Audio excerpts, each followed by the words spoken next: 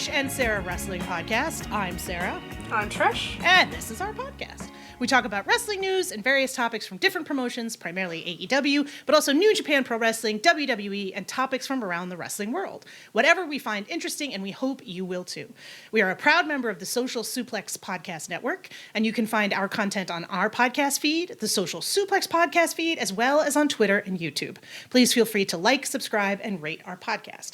We also have a store at Shop Tees, so if you would like to support us or just own a really cool quality piece of clothing, please take a look at chopped-tees.com/collections/Trish and Sarah. It is Sunday, December 8th, 2024, and we are going to kick off today's discussion with talk about New Japan's Pro Wrestling's Wrestle Kingdom and Wrestle Dynasty, and the results of last night, this morning, however you want to describe it in your time zone, World Tag League Final, which saw the team of Naito and Hiromu defeat Sonata and Taichi? Gabe Kid. Fuck me. I knew I was going to fuck something. I didn't write that down. Whatever. Anyway, they won. I was terrified, Trish, to text you, send you a message, because I was like, I do not want to spoil this for her. And if I even tell her, hey, Tag League, she'll know exactly what happened. And I wasn't sure if you were watching it live. So this was your ideal outcome. Let's be honest. You were the original Naito stan. How are you feeling about the end of World Tag League today and how that series ended? See, I told you we had to start with this, because otherwise I was going to Dave you like you did for Nakajima and Miyahara. Yes, you did. When he just wouldn't shut up because he wanted to talk about the tag match. And he just destroyed Brian for like 40 minutes. And, this is, for me, the ideal outcome. You've set up the biggest possible match for Wrestle Kingdom in Tetsuya Naito and Hiromu Takahashi, and a match that this card really needs. Yeah. Yes. Even before the injuries, it needed this. Yes. Yeah, so as much as you want to put new people at the top, Zack Sabre Jr. and Shota Umino, even on a Saturday, Wrestle Kingdom, it's not enough. So they needed the next thing underneath, and we were kind of worried that they'd do something with the tag titles with Hiromu and Naito instead, but it needed that singles match. And this is the main event. You know, whether you want to, it will go on last or not, I don't think it will, because it's Naito, it makes sense not to. This is the main event. This is a ticket buying main event. It's the match that was taken away from us, as Naito referred to today, that should have been the main event of the anniversary show in 2020. And it's one that we thought might turn up for the anniversary this year, when Hiromu had the belt and Naito got the belt, and then Hiromu lost it to Sho, so we had Sho. Naito. But yeah, no, it's about time. It's on this stage. It will definitely be the Japanese main event as well, the one that live fans and ticket buyers are going to be most excited for. And it really is a combination of this kind of story, and it's kind of gone under the radar a little bit this year, but there's kind of been a lot of inter-LIJ infighting and matches, and they've kind of trialled this. So we thought it was interesting back in June when they ran Adachi, straight after Forbidden Door. They had a tag match between LIJ, and that, as much as that was the main event of the show in terms of ticket buying, and they did a really good number for Adachi, but it wasn't the main event of the show. They actually put Desperado defense on the top of the show. And we thought that could be a trial for Wrestle Kingdom. Thinking, you know, my thought was, because they did similar at at Dominion, when they had Jon Moxley with the heavyweight title, not in the main event, and they had the juniors. So I thought it could mean that the juniors main evented. Obviously we had the injury to Desperado right afterwards, so we'll never know kind of what that plan was. Yeah. But it does seem like a good trial for having this as like the semi-main event, and then being able to put new people in the title match on top. I guess the big question on this, and you know, it's already getting a heavy build. Tokyo Sports called it the dream match of the biggest event of the year, and although I cringed at dream match, because you know that phrase is it's killed me, it's definitely the biggest built match and the biggest possible match. But I think the biggest question this year in terms of why doing this is what does it mean for the world title as well? So you have this match that's going to have all the kind of anticipation, all the energy, probably all the media, advertising. It's the lot. You know, these are the two most marketable people outside of Tanahashi in New Japan Pro Wrestling. And then you have this main event with Zack Sabre Jr. and Shota Umino. And you have to question, is like, are we devaluing the world title by that not being the biggest match on the show?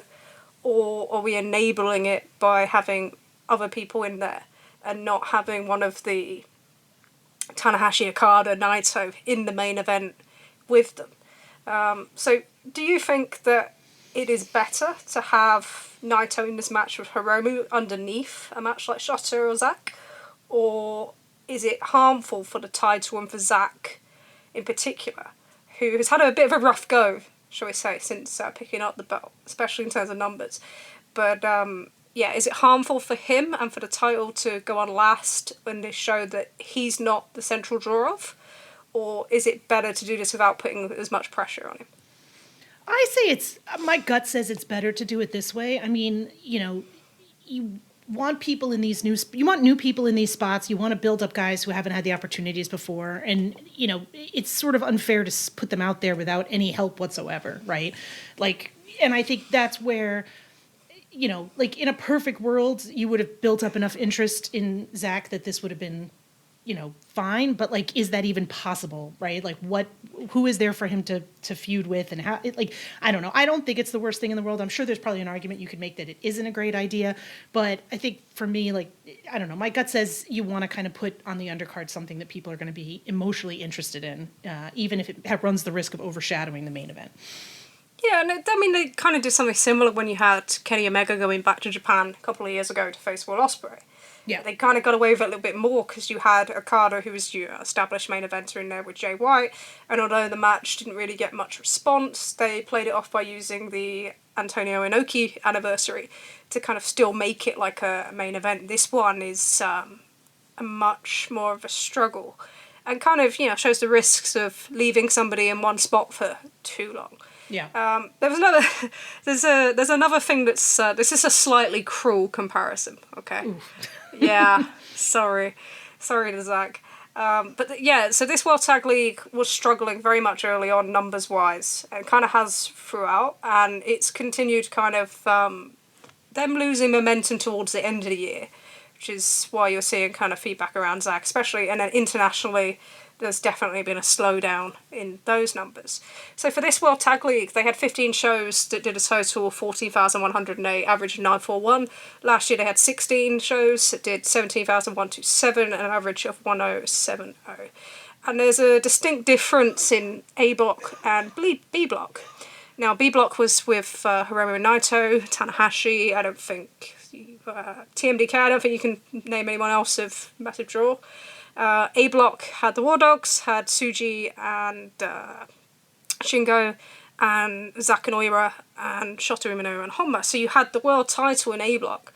A Block averaged 786, B Block averaged 911. So the weight is still being carried by Naito, even though the champion was in this tournament. Which probably means that, for God's sake, please don't do a vote on the main event.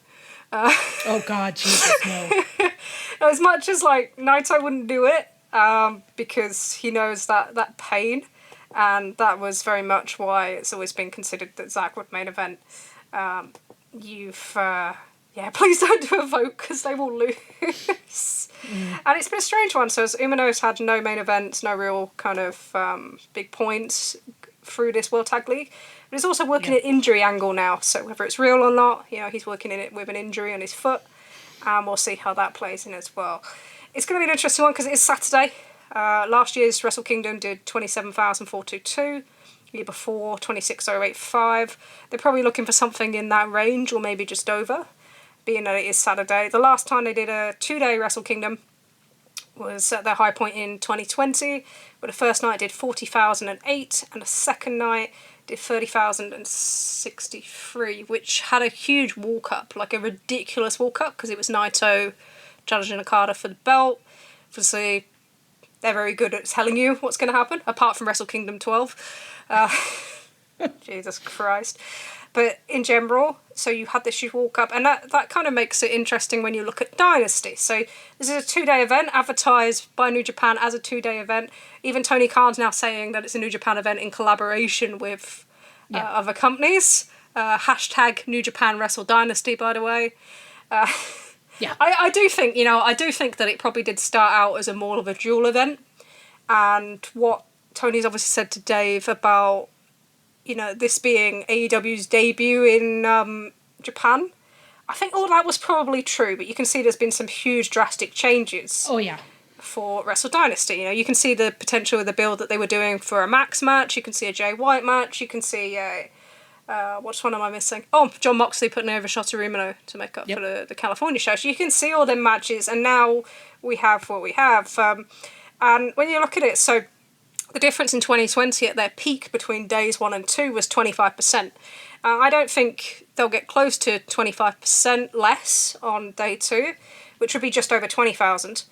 If it was, hypothetical of day 1 is 27,000 around the last 2 years, because the big attraction was Naito going for the title. So it does make you wonder how sensible an idea booking a venue like the Tokyo Dome was, and would this be more suited for a Budokan or for a sumo hall. So you're someone that, doesn't see much New Japan. Nope. No, has to put up with me talking about it so much. But also went to, you went to 2 Forbidden Doors. Yep. So if I give you this card, I want you to tell me at this point whether you think it is interesting enough that you would, try and find a way to watch this show. Go. And then we'll talk about the missing match in a second. Okay. Right, so there's going to be an International Women's Cup final match between Ring of Honor, AEW, CMLL. I've got that wrong, haven't I? No, that's right. Yeah, hey, CMLL. And Stardom, or New Japan. Yeah, okay. Never openweight title match with Tomohiro Ishii, likely to be Takeshita coming in as champion. Only 1 belt on the line the second day. Non-title match of David Finlay versus Brody King. Singles match with Jack Perry and Yota Tsuji. Singles match with Ricochet and Zack Sabre Jr., which will likely be a title match. Singles match with Claudio Castagnoli versus Shota Umino. And then a singles match with Kenny Omega and Gabe Kidd. Are you buying this show, or are you finding a way to watch this show in its current form? I'm buying the show for Kenny Omega. Let's be blank, straight, honest right there. There's no, Claudio versus Shota, I find interesting. Of all of those matches, that's the one that I'd probably be like, I'm kind of intrigued by that. But Kenny versus Gabe is like a no-brainer for me. I want to see Kenny's first match back. I want to see how he's doing. I'm a Kenny Omega fan, so yeah, that's it right there. Yeah, that's the hook on the show right now.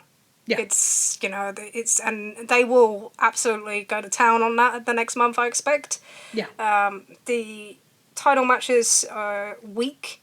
Ricochet, he's in the Continental Classic right now, just coming off a loss to Takeshita.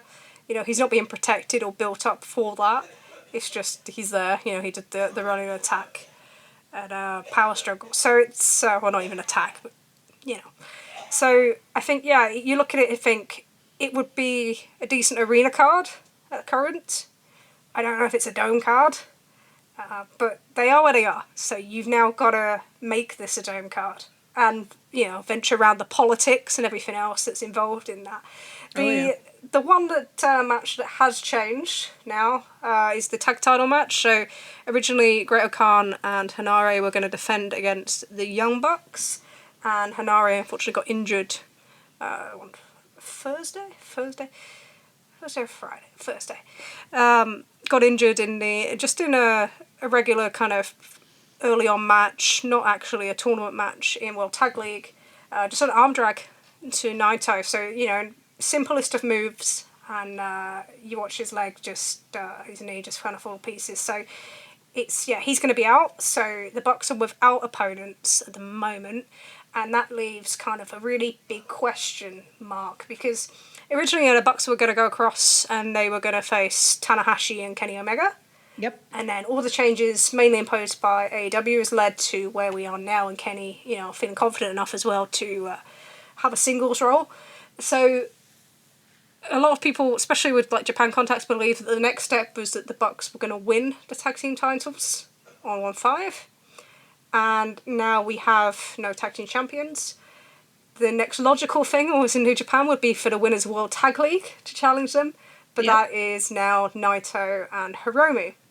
Now, if you were originally going to put the titles on the Bucks, which seems to be the common belief, against United Empire, and run that match back, somewhere in the US maybe, or even the UK in London for the next Forbidden Door, that would be fine. However, a bit like 1-4, this show might need that match. Yeah.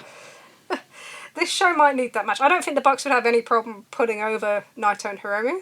No. I don't think that's even a discussion. But there's a risk in not doing that now. I mean, you can put Bishamon in for how many times they've held the titles. You can do a little mini tournament during the Coracans coming up, the Christmas Coracans, for who's going to hold the belts, and then do that. And I think there'd be some concern over Naito, 2 kind of high-profile matches on his knees, on his body in 2 days. But he may just have to go rescue another one. He's getting good at it now. He's dragged this year up by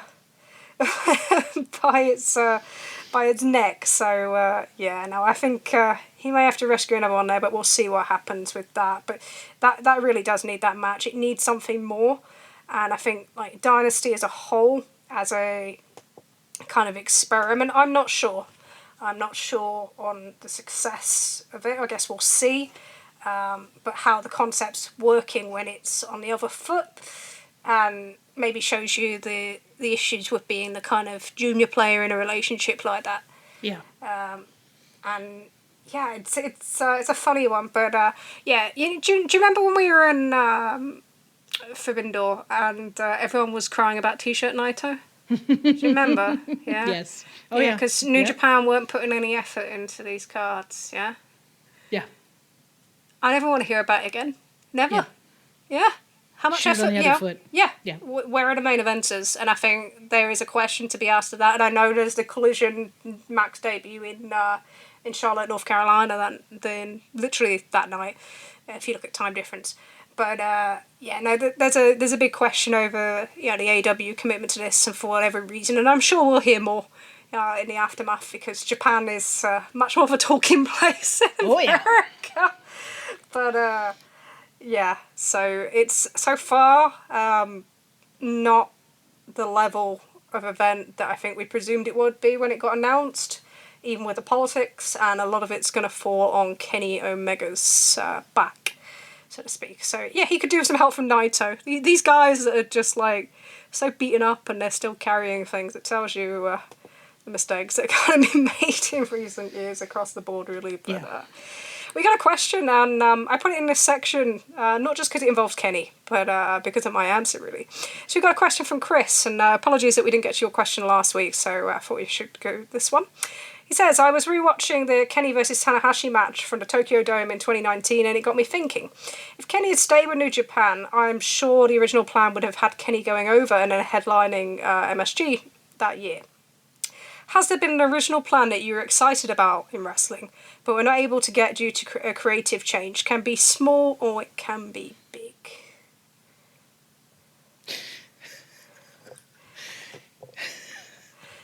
I have 2. Okay. I was like, what are you laughing at? What have I missed? I have a smart-ass answer and a genuine answer. Okay. My smart-ass answer is I would have liked to have seen Hangman beat CM Punk. That's it's a controversial one. Smart-ass answer. This one is extremely minor. I would have liked to have seen what happened if Trent didn't need neck surgery in spring of 2021, and what would have happened with the Death Triangle Best Friends program that they were about to run at that point. That's one of those ones that I'm just like, huh. That makes sense. So I put this in this section because Hiromu Naito at Anniversary in 2020 is my answer primarily. Because I've tried to see this match 3 times now, live. And this isn't a sub-story, because I'm very lucky that I have the opportunity to do these things. But yeah, the first time didn't. I got very lucky. Instead, I went to Chicago, and I got to see probably the greatest tag match of all time. So there's no sub-story there. I tried again this year, Anniversary. I thought it was worth a pitch, but I had a great time. Tokyo treated me very well. And this is the 3rd time. So that would be the top one. The other one would be... So in WrestleMania 35, which was Kofi Mania, Yep. So I'm not sure if everyone knows that it originally wasn't supposed to be Kofi Mania. Mustafa Ali was supposed to win a gauntlet, and he got concussed on the house shows that week, and then didn't. And then Kofi went into that spot, and the rest is history. So as cool as that was, and it was a very special moment. I always wonder what that would have looked like the other way. So there we go. Okay. Yeah, good question. Yeah, Thank you, Chris. that one. Thank you. All right. Do you want to talk about the most underreported story? Underreported story going on currently, right now in wrestling, is the WWE power struggle that is currently happening between Triple H and Rock the Dwayne Johnson, to borrow from Danhausen. Rock the Dwayne. Rock the Dwayne Johnson. Dwayne the Rock, mate. Dwayne the Rock Johnson. Let me put it correctly. No, let's just call him Rock the Dwayne now. That's good. I like that. Rock the Dwayne. So this kicked off this week. Now, this is something that has gone on since last year's WrestleMania season. And I think we discussed it back then. It was the topic of some discussion, but it never got enough, I don't think, discussion around it and what was going on, because WWE was absolutely desperate at the time to try and hide, and were sort of lying and saying everything was going great, everybody loves each other, and they're all a big family and all that other bullshit, right? And we'll come into some of that stuff about the end of last year or the end of Mania season, but there were three articles this week that were clearly planted by what appeared, at least to us, to be Triple H friendly people, right? The first one was kicked off on December 2nd, which was a Justin Barrasso article, I think on his Substack, right, Trish? Mm-hmm. That was mostly a big article talking about the lead up to Mania season. The article's title was "The First Major Test of the Post-Vince McMahon Era Begins for WWE." Right?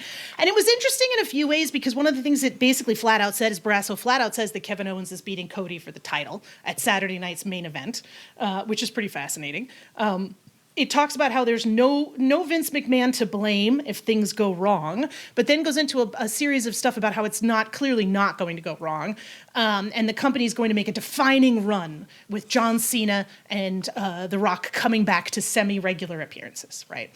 But the very most interesting thing in this story was the last paragraph, right? And I strongly suggest that you go seek this out. If you just Google Justin Barrasso and WWE, this article will pop up.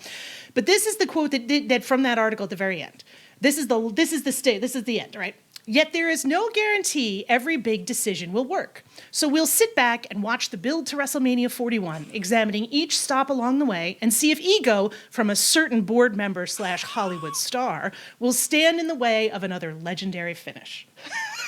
Like, Jesus Christ. Like, basically, this is going to be a great WrestleMania season, fans, and if it isn't, it's The Rock's fault. Right? Like, brutal, okay? Like, this shit's clearly planted. Barrasso, is not coming up with this crap on his own, all right? So this was December 2nd. Mm-hmm. Then we had an article from PW Insider on December 5th, where Mike Johnson was answering questions. There was a question asked about The Rock and whether The Rock was going to return to WrestleMania. Johnson's comments were, he starts with, quote, "Ignore the squabbling, it's a waste of your time." Okay. The killer in this is the quote that says, "So they have their plans and they will pivot if and when The Rock descends down from the board of directors and Hollywood." So again, we have very similar language to the Barrasso article. This could be Mike Johnson reading the Barrasso article and taking from it that line because it's such a pretty evocative line. Or maybe this is the kind of language that you're getting from your source, and that person is discussing it in these terms for both of this. This one was a killer. This third article came from Fightful. This was a little bit less aggressive, but this also hit on December 5th and basically restated the same thing, that right now there's no plans for The Rock to work WrestleMania, but if he decides at some point that he wants to do it, they will accommodate him and he will do it. And one of the things that's very clear from this article is that it will not be a creative decision from the group here. It will be like Ari Emanuel will be saying, he's going to do it. Suck it up, right? So it really does seem like they're attempting to lay the groundwork to blame Rock for any issues that come up either during this WrestleMania season.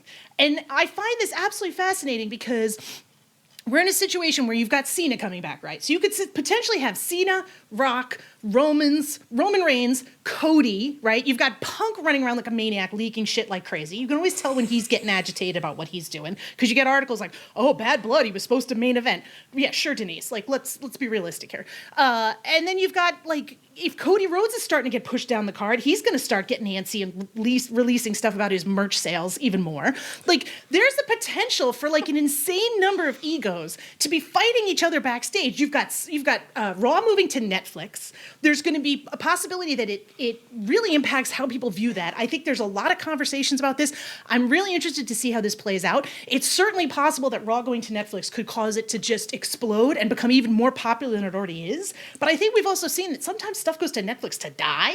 Like, you know, like, are they going to be able to sustain interest if they're not on broadcast TV? Well, let's gamble. Let's try it out. But then you end up in a situation where you have a bunch of guys trying to fight over the fact that they want TV time on SmackDown, where you can argue, like, what the ratings and quarters are, right? Who's spiking a quarter? Who's spiking ratings? All that shit's happening. I don't know.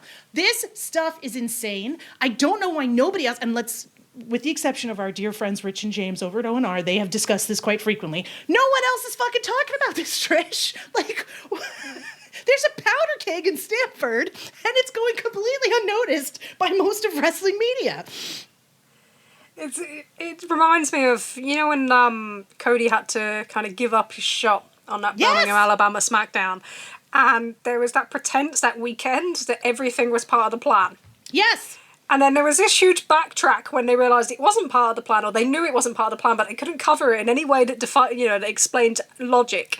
And it was like, oh, but now it's going to be okay. And yeah, you know what? They pivoted. They did. It worked out great for them. Yeah, The Rock backed down. They did the tag match, but obviously it wasn't what he wanted. And then they had the documentary that took like 6 months to come out, where, you know, they babyfaced The Rock massively, and, you know, he did what was right for business. He loves the fans. You've heard it a million times. So there was a lot of kind of, in fact, they're very good at rewriting history, but they did that one very, very quickly. Yeah. But yeah, so there is definitely a thing to not address this, but this will continue to sit under the surface. Yeah. And, you know, the reminder of when TKO took over, you know, the expectation is not just that they sustain at this level, but they continue to grow, and they continue to grow in terms of increasing revenue. So even though at the moment, you know, they have they've stabilised in terms and slight decrease in terms of their attendance numbers, the argument would be from that side, from the Triple H creative side, is that, yeah, but look how many we're putting up prices, so we're just still generating additional revenue, and while that continues, they're okay. If that stops happening or starts to decrease, and they're not seeing the continued growth, like the rate of growth constantly of their revenue, like UFC sees, especially in sponsorship where they're trailing massively behind, there is going to be pressure on that side. Yep. And then you now have this secondary leadership, this counter leadership, which is available there, you know, with The Rock, with Brian Dewitt as his, you know, head creative guy, kind of sitting underneath there. And there is a sustained attack that we've now kind of seen on a couple of occasions. We saw it after Mania with the whole, you know, he's late stuff playing into the film article that buried him. And the thing that you've got to remember as well is, while you've got this competition for places, this rivalry between The Rock and Triple H is an ego thing that's been going on for 20 odd years. Oh yeah. You know, well, more than 20 years. This is not new. And I think people forget that Triple H has always been an incredibly political actor in wrestling. You know, he's babyfaced by all the NXT stuff, and even now he's babyfaced because he goes out on every single show, which I don't think there's no point to that. You know, you're setting yourself up as, I am the guy that everybody loves because I turned WWE around, or I, you know, made it cool again. You know, he's putting himself in that place every single time. It's not just about like replacing the Vince kind of lead-in stuff and all the sound bites.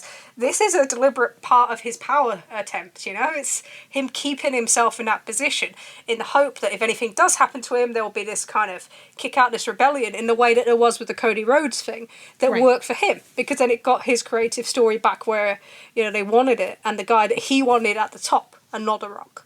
If it's not good, it's not my fault, is the subtext of all of this, right? If it's not good, if it's not what you guys want, it's not my fault. They forced me to do it. That's the subtext of this whole fucking thing. Sorry, I was looking for something in the Observer a while ago, which we'll come to later, from 2002 actually. So it's a long time ago, 22 years. But this is just kind of an illustration of the kind of things that Triple H used to do under the radar, or maybe not so much under the radar then, in terms of keeping his position. And this was around Survivor Series. So if anyone remembers, Shawn Michaels won the World Heavyweight Championship in, what's that horrible structure? Elimination Chamber. It was a mess, that structure. And on the same night, they had Brock Lesnar, who was their big push new star that year, lose the title to Big Show, with Paul Heyman turning. So this is from the Observer, right? And it says, even internally people were saying when the final decision was made to give both Michaels the title and pull the trigger on the Lesnar-Heyman split and Lesnar title loss on the same night, that it was another Triple H manipulation to make sure Lesnar's big angle ended up secondary to his program and take down Lesnar as competitor for the big star slot. There's more of a feeling internally about Triple H that mirrors what the audience has been saying for some time. The feeling among the agents has been that his influence on Raw is one of the things that is killing the show, but with the exception of Pat Patterson, nobody is vocal about it, figuring you put yourself in jeopardy when you speak out against the son-in-law. But there's more talk than somebody has to say something. This has been going on for decades. He is a power player. He knows how to manipulate. He'll do everything under the radar. He'll do it under the guise of we're doing what's best for business, which then became a catchphrase, so it's become incorporated into the character, so no one questions it now. But, he's sly. He's not... He may have failed, and I think there's an underestimation of him because they failed against AEW of NXT back then. But now look at his second burst, and he'll do more to harm them now than he would have done then. Because, he was defeated. He came out the wrong side of that struggle. And you're seeing that, especially with the press side and the things that they do to kind of combat perception, the little games he plays with live events and all that sort of thing, which has been a WWE staple for years, but he's very good at that.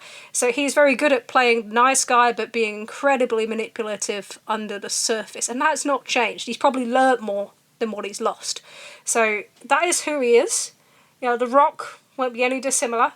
And This one is going to spike up. So yeah, they've got Netflix. It looks like 3 hours of SmackDown as well, as we talked about last week, and I think the Observer followed Wake Keller now in reporting that will be the case. So there will be additional time, but the big spots are the big spots. They all want to main event a night at WrestleMania. John Cena is back, all over the front of Elimination Chamber on a very funnily AI-generated poster. It's one of the worst posters I've ever fucking seen. What the fuck is that? Awful. Yeah. Oh my god. Cena's in a completely different movie than everyone else. It's like this dark, grim, and then Cena's like, "Hey, everybody!" Like, just fucking brutal. It's like putting Elmo in the end of Lord of the Rings. It's like... It is. That's what it looks like. It's fucking bizarre. But yeah, he'll likely be guaranteed that 17th title, and then you've got everybody else scrapping over the other bit. And we'll see what happens with Netflix. It said it's going to stay PG. Becky Lynch has kind of appeared back on the scene at that Netflix event the other day. So that's another big name into the fold, into everything like there. It's going to be looking for spots and everything Exactly. else. So it's all great when everyone's accommodated for. And in general, the last few years, they've done a very good job of that.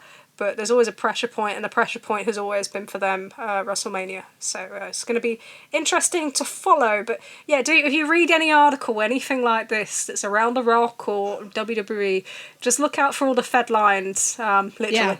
Because there's more and more of them appearing, and this was like a CM Punk style press drop, incredibly transparent. Like it was pretty impressive. I'm like, is Paul learning from Punk on how to manipulate the media at this point? My question for you is this, right? We've talked about it. They're going to 3 hour SmackDown. They're going to 3 hour Raw. Yep. One of the things that I think you can point to in terms of I don't think sole reason, but an inflection point with AEW in terms of maybe a loss of audience interest was an expansion of the amount of hours required to watch and follow the show.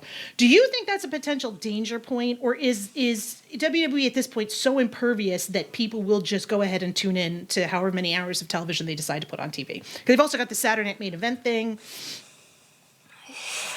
Yes and no, but yeah, really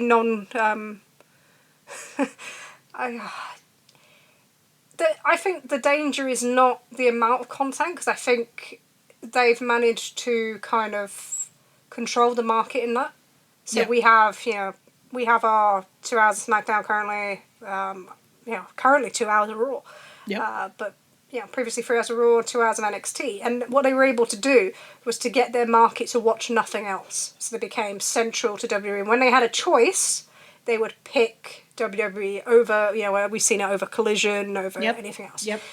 I think the danger is that with it being on Netflix, is that it's not a time viewing. So you're not thinking it's 8 p.m. on a Monday, I need to watch Raw. It's not advertised yet. It's not in that time slot. Especially now that they're going to go more global, and when they tape in the UK or they tape in Italy coming up, they're going to stream that out live. So they actually trialled this. So we've had some SmackDowns live, the one in Paris and the one in London before Money in the Bank the other year were live in the UK. So it's something they've obviously looked at and realised it doesn't affect them to tape somewhere else and then show that live. But this wouldn't be tape and then on delay show in the US. This would be, it's available globally as soon as it's streamed. So the more of that sort of thing that happens, the less that you kind of have this, it's 8 p.m, I need to, 8 p.m. is now, I need to watch Raw. And you get out of the habit. And I think this is the what Collision has shown. As soon as you view something as missable, or you don't need to see it as it happens, then it goes to the back of your mind and other things become kind of more important. And then you lose that kind of loyalty. So I think that's the big test, rather than having so many hours of content. I think, and we are in a very much a content farm era. I do think that's affected kind of people's enjoyment of wrestling overall in the last few years, or definitely this year. But I do think it's that thing of it not being kind of an event that you must see at this point that's the biggest danger for them. It's definitely interesting. We've been looking at some of the ticket sales for some of the shows, and Raw and SmackDown, they're not where they were maybe, a couple 6 months ago in terms of selling out immediately, but they're still extremely strong. Like Raw and SmackDown, non-negotiable, really strong. NXT and their current holiday house show loop are a little bit weaker. NXT, I think, had were they able to get 2,000 for Deadline in Minnesota? It seems like there's a perception with WWE that, the TV tapings in Raw and SmackDown are important and the other stuff is, skippable, I guess would be the best way to describe it. From they played into that. They played into that by cancelling so many house shows. They've told you that TV is the important thing, and most importantly are your PLEs. And they're accelerating that in a way by making it more global. So the idea is to do what UFC do, and you match demand. So you need the demand for these shows. So we have so little of them. It's like scarcity. That's what UFC do. They create scarcity. That's not really happening for their house shows. And, I wonder if, and we talked about this with AEW and ticket sales and a number of other companies, but whether this is kind of what we're seeing as a wider kind of cultural change at the moment with ticket sales in general, where it's only really the things that are viewed as important or an experience or that nostalgia flair or the name value that seem to be kind of dominating tickets. And you can see that with AEW, just if you look at Dynamite versus Collision on a general basis. Yes. So is this a wider cultural trend that it represents? Possibly. I think, that's something to be looked into. That we sit very much in our wrestling bubble and don't always think about what's happening elsewhere. But the story in, live music has been very much similar in that aspect. Yes, so, a lot of tours cancelled. Yeah, so I think that's something to think about. It'll be interesting to see what they do with their holiday tour this year, what them figures look like in comparison to last year. MSG still sits at a low number, but we know that they can pay for that heavily at the end if need be. And, or, they can send some across to buy some GCW tickets across the road, I guess. We'll talk about GC. Sorry, that was an unnecessary shot. We'll talk about GCW later, because I've got a bit of an update on what we spoke about last time. So yes. Yeah, should we get into keep an eye on this shit, folks. Seriously, this is one of these things where, in terms of media literacy when it comes to wrestling, this kind of stuff should be an easy one, right? If you see this kind of stuff where people are taking shots at each other in the press, it should be obvious who it's coming from and why, right? This is going to be a messy, messy WrestleMania season.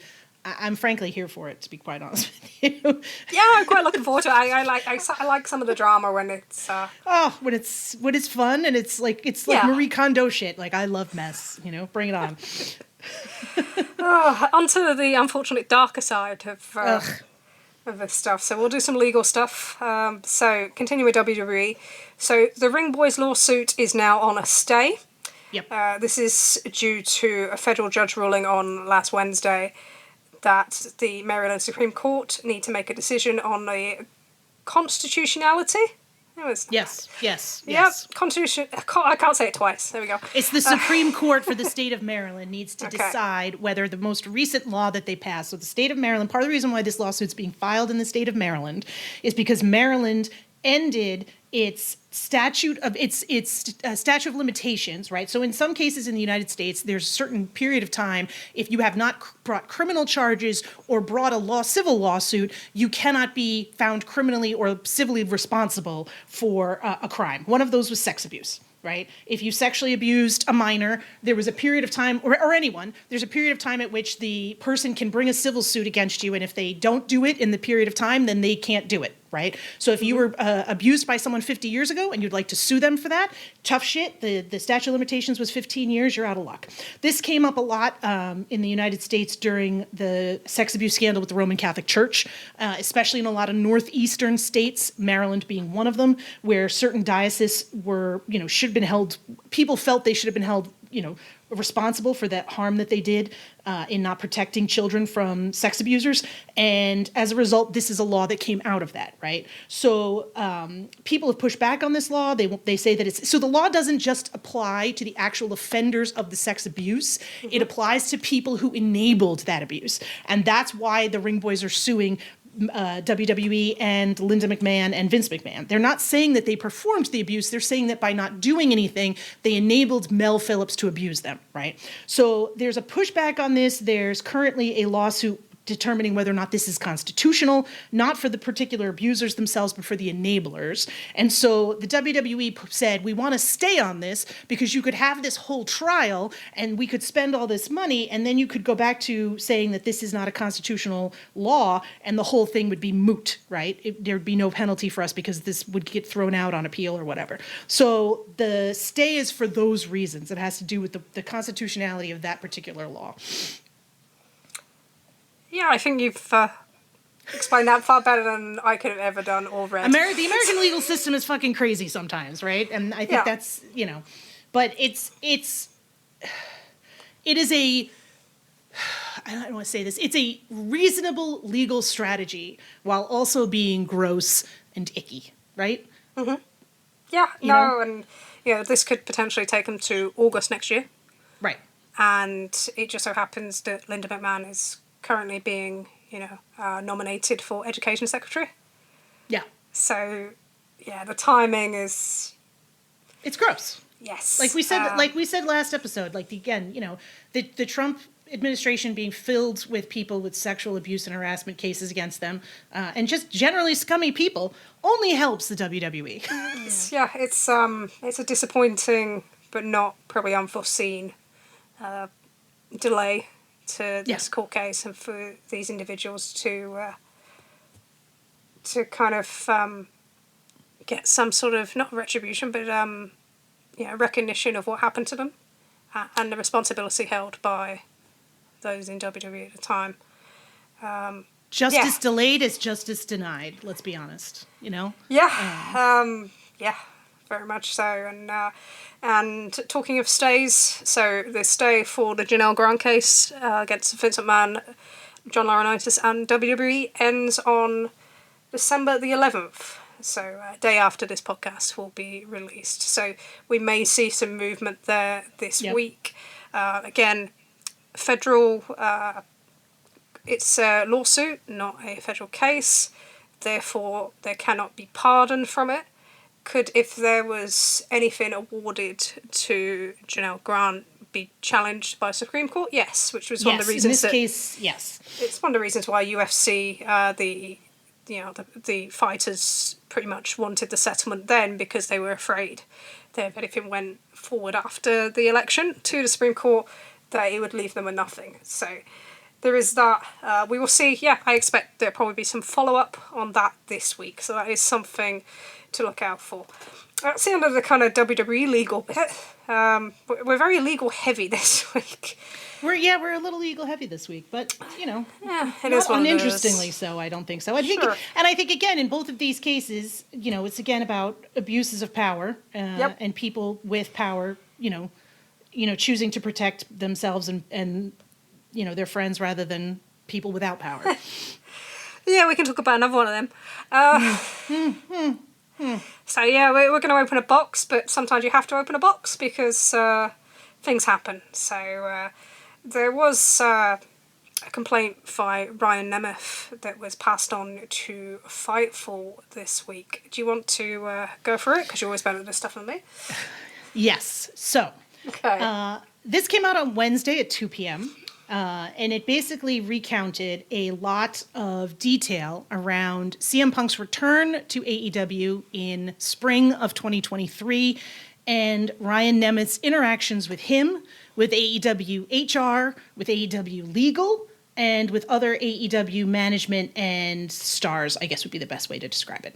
A lot of this stuff is stuff that I think many of us who were paying attention to what was going on at the time are not surprised by any of it. I think Trish and I talked about, some of this we didn't talk about directly, but we talked about some of it in our CM Punk episode. But it was sort of striking in how some of the dates were kind of, I think, interesting to you and I, and some of the specifics around the people who were involved and what Ryan Nemeth was alleging. Okay, so to summarize this as sort of quickly as possible, and again, we recommend, as always, that you go look for the original report on Fightful Select. But Ryan Nemeth reached out to Mega Parek, who at the time was the head of legal and human resources for AEW, I think human resources, right? In April of 2023, around the same time that the reports started circulating that CM Punk would be returning to AEW, and essentially said, how am I going to be protected here? The guy hates my guts. What am I going to do? And Mega essentially said, you're going to be fine. Don't worry about it. It'll be taken care of. And at the time, Ryan Nemeth said that Tony Schiavone, the Young Bucks, all were empathetic to him and said his relationship with AEW would not be impacted. And then, of course, Ryan Nemeth was not booked for 2 months after this happened. And Jon Moxley reached out to him and said he didn't feel that this was right. Again, all of this is according to Ryan Nemeth. I think it's worthwhile stating that a few times. And according to Nemeth, Mox did not feel this was correct. He was supportive of Ryan Nemeth at this time. Nemeth reached out to Mega Parek on July 17th, 2023, and said he was upset that AEW had not responded to the June 21st locker room incident. This is worthwhile pointing out that June 21st was I think it was the Dynamite show in Chicago, where reportedly Punk went after Nemeth in the locker room. And I think there's some more details about this from Wade Keller that we have at the end of this, which we'll get into after we go through the whole thing. But Nemeth essentially said, I feel like I've been silently fired and my deal will be allowed to expire. We have never heard of that before. And this was essentially because he was being punished because Punk didn't like him and didn't want him around. And again, Mega Parek said this was, not going to be an issue. You're going to be fine. It's worthwhile noting at this point that this all goes back to after, I'm not sure when this tweet was, but Ryan Nemeth essentially called Punk the softest man alive. It was after the Collision promo on the first Collision. Yes. Where he did the counterfeit Bucks line. Right. But clearly there was some issues between Nemeth and Punk before this because he was concerned back in April that this was going to be an issue, right? So this goes now to the August 12th Greensboro show, which we have discussed at length and many others have discussed at length, where Ryan Nemeth was booked for this show and went to Greensboro. Punk saw him at the hotel and then Ryan Nemeth was told, actually, we don't need you on the show, just go home. This was with a few other people, and it was right after this show that the band from Collision stuff came out, and the news that Punk was not allowing people to, or was essentially preventing people from being booked on different shows, was sort of getting more widely known than had been known before. Nemeth alleges that Pat Buck originally told him that it was travel issues before later confirming that it was specifically because Punk asked him to be removed. Nemeth again says he contacted Mega Perek, asked for something to be happen. He was taken to the August 16th show, which I believe is the Duluth taping. I might be wrong about that one. It's the one before. It's the one before that. Between Greensboro and Duluth, you're right, there was a show in there. I beg your pardon. And he was told at the time that he should put this into an angle and verbally antagonize Punk during the post-show that he did as part of the Ring of Honor taping. So, and there is video of this that can be seen. So Nemeth says that he spoke to AEW Legal, he spoke to HR that day on August 16th. Nothing was done about it. Mega abruptly left her role, and suddenly Nemeth was dealing with the new attorney, Chris Peck, and Margaret Stalvey. And then he was part of the investigation that happened after Punk and Jack Perry, after Punk attacked Jack Perry at All Out. And he did speak to outside counsel, but nothing really happened after that. At one point, Peck offered a settlement to Nemeth and essentially said, if you sign an NDA, we will give you 3 years of salary. And Nemeth was like, well, I got to look into this. I need to talk about it. And then suddenly according to Nemeth, the offer was denied, and he was told that they would be potentially bringing legal action against him, that they would, he'd be in a confrontational or a weird pose with Mega Perek, that they would be an antagonistic position if things escalated to arbitration, which Nemeth was like, I don't get this. We always seem to have a good relationship. So basically nothing has happened since then. Nemeth is saying that he reached out to mental health professionals. He wants a policy change in AEW. He wants a financial consideration. He feels that the AEW roster was full of amazing people who deserve to be in a safe environment. And, these concerns fell on deaf ears to Chris Peck and AEW. The AEW Legal and HR received the same timeline that Fightful got, but nothing has happened, and that's kind of where this got left out. So Nemeth spoke to Tony Khan. There was apparently some possibility of him returning, but Ryan Nemeth said he didn't want to go back, and that's kind of where the situation is. It's worth saying that none of this is really a surprise to you or I. I think it's worth pointing out at this point, and I think you and I have said this, right? One of the better things that CM Punk ever did was just get his shit out immediately, tell his stories to everybody who would listen. He had a coterie of media guys who were just very happy to print whatever he sent them, either via, however means he sent them or his friends sent them. And so as a result, there's a ton of shit out there that to this day, people repeat stuff that is clearly shit that Punk came up with, that is not true, but that is still kind of comes into the zeitgeist of whatever. And it's frustrating. And I think it's worth pointing out that Brian Alvarez was one of the few people, possibly the only person, who at the time was reporting the other side, or at least saying, hey, this guy's full of shit, right? And it's just kind of difficult, to still see this. When this came out this week, the stuff people were fucking repeating, I was like, you gotta be fucking kidding me with this shit. Still, 2 years later, get it straight. Come on. The same shit's, it's been out there. You and I went over this. Add on to the pretending we were there stuff as well. That was amazing.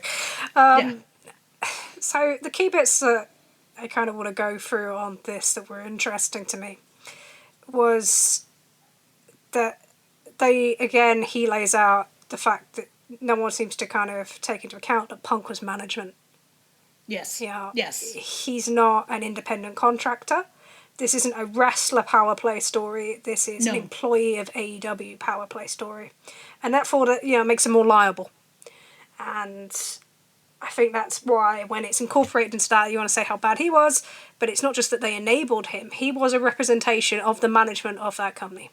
Right. This is Nemeth's boss, right? Yes. And you have to view it from that part, not that this is two wrestlers, because it's not. Correct.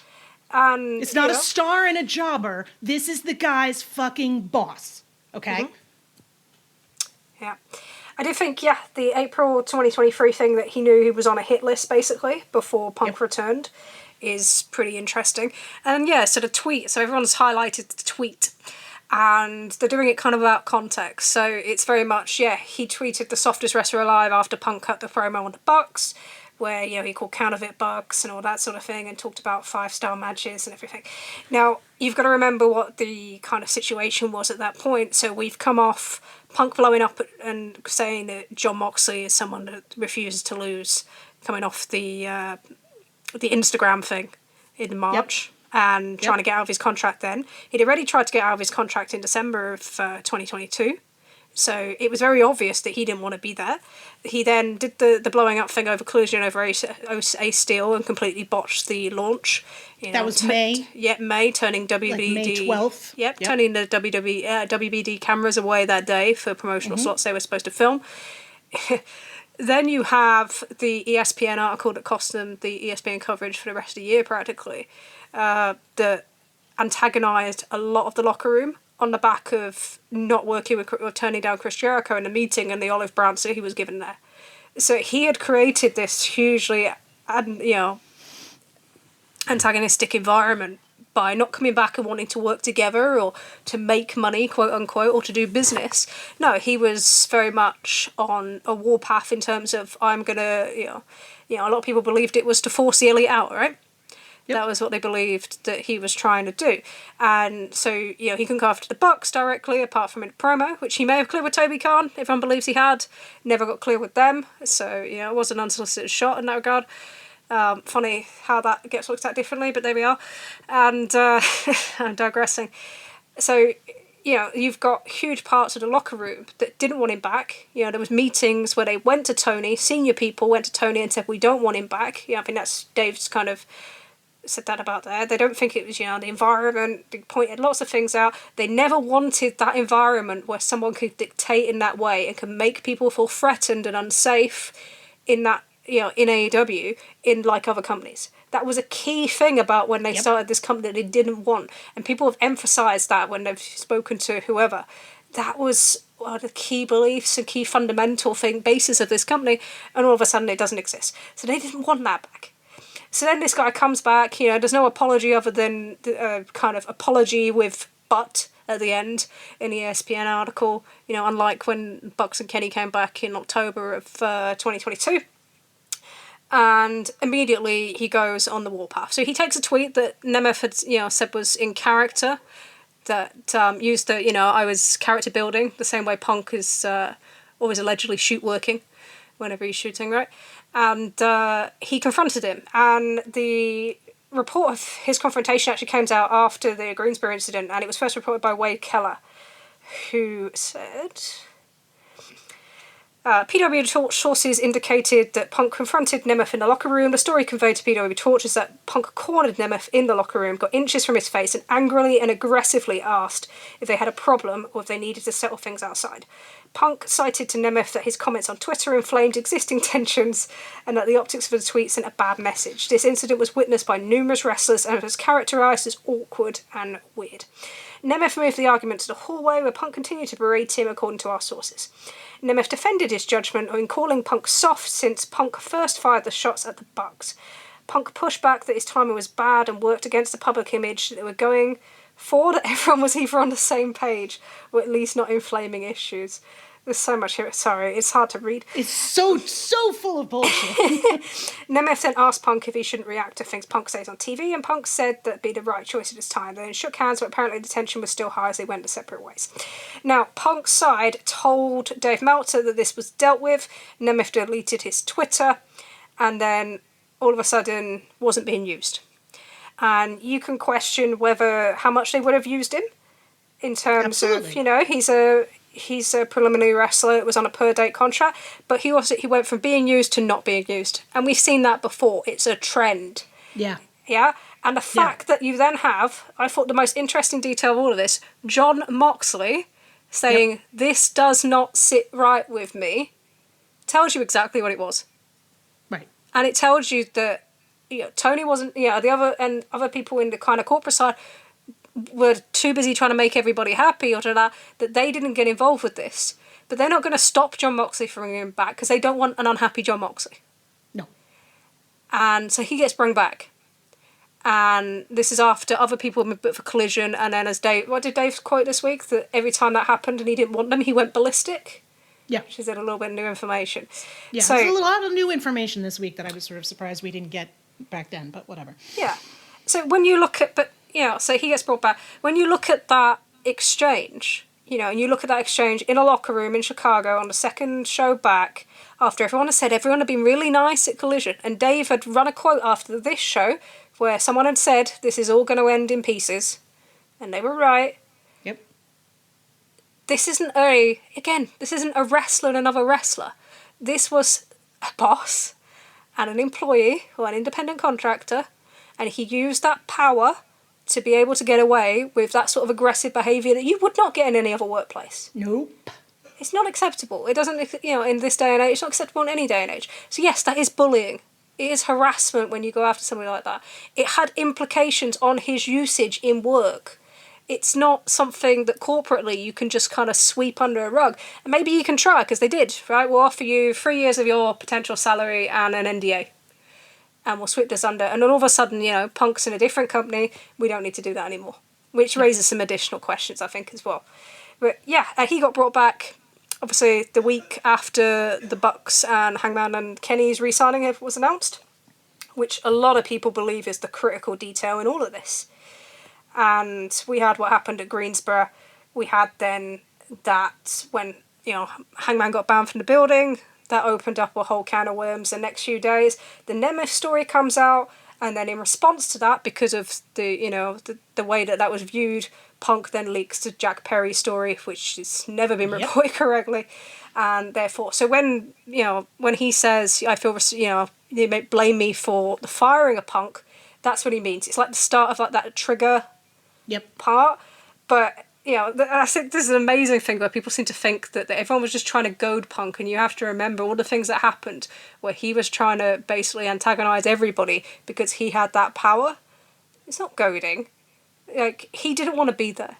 He wanted out. He went out. To fucking Raw. He was visiting Raw in April. Like, Jesus Christ. Like, they leaked that he was coming back and he fucking went to visit Raw. Like, oh, Liv Morgan's headphones fell. Like, give me a fucking break. Like, everybody knows what the fuck. Like, this is the stuff that makes me crazy. And it's like this whole thing where it's just like, let's make excuse after excuse after excuse after excuse. Oh, he's a big star. That's how it should be. Like, Punk is a force of nature and can't be controlled. He can't be expected to behave like an adult human being or someone who's, respectful of others. And this is the same type of bullshit. And you want to talk about like restore the feeling and problems that there's going on in AEW right now. How much of that goes back to this? Right? How much of that goes back to this, right? How much of this is guys like fucking Jericho and Moxley? Like, people want to talk about the Bucks and Kenny and all that other bullshit, fine. How much of it is the other guys who went to fucking Tony Khan and said, please don't bring him back? We will do whatever you need us to do. We will make Collision successful. We will bend over backwards. And Tony Khan said, great, I'm bringing fucking Punk back.